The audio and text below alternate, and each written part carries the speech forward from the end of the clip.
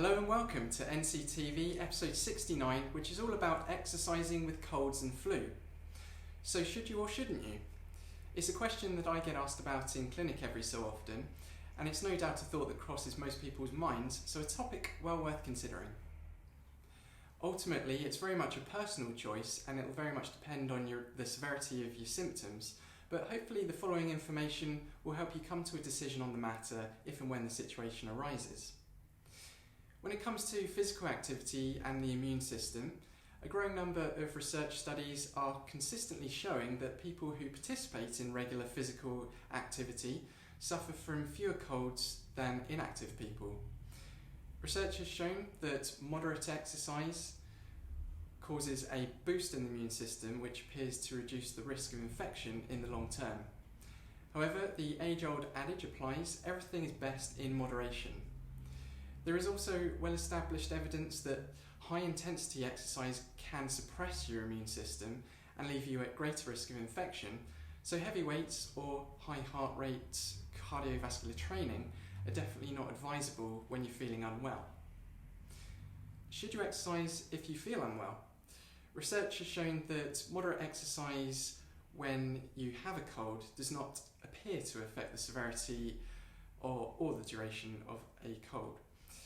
In addition, it is likely that if you are suffering from a cold, you will feel better if you take some mild activity such as going for a short walk than if you were to sit in a stuffy room watching television, for example. However, there are different circumstances when you should and shouldn't take exercise if you are feeling unwell. These are summarised by the neck check rule.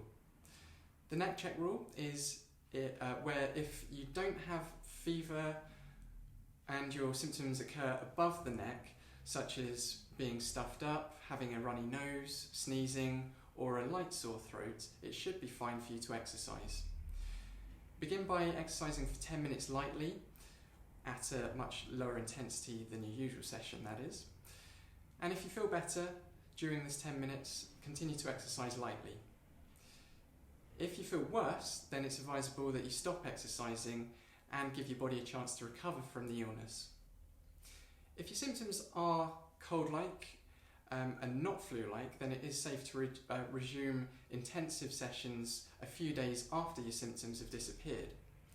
If, however, you have more flu-like symptoms such as fever and the symptoms are below the neck, such as chest congestion, vomiting, aching muscles, diarrhea or swollen glands, then you should not work out that day.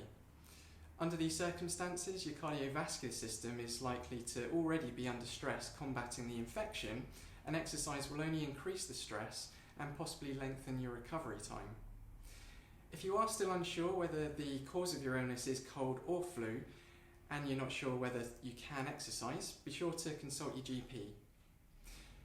If you have flu-like symptoms such as extreme tiredness, aching muscles and a fever, it's best not to resume full intensity training for at least 2 to 4 weeks after the symptoms have gone, because although you may feel better, your body is likely to need more time to recover. During this time, it should be okay to do mild to moderate intensity exercise.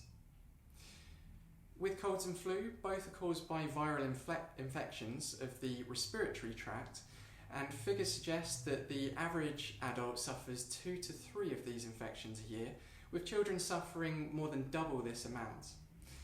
Unfortunately, there is very little you can do to speed up the recovery from a cold once you have one.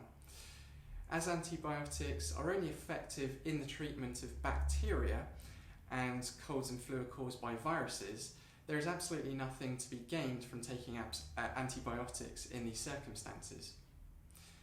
There are plenty of herbal remedies or over-the-counter medications aimed at making you feel more comfortable, but nothing that will actually get rid of the infection for you other than your own immune system.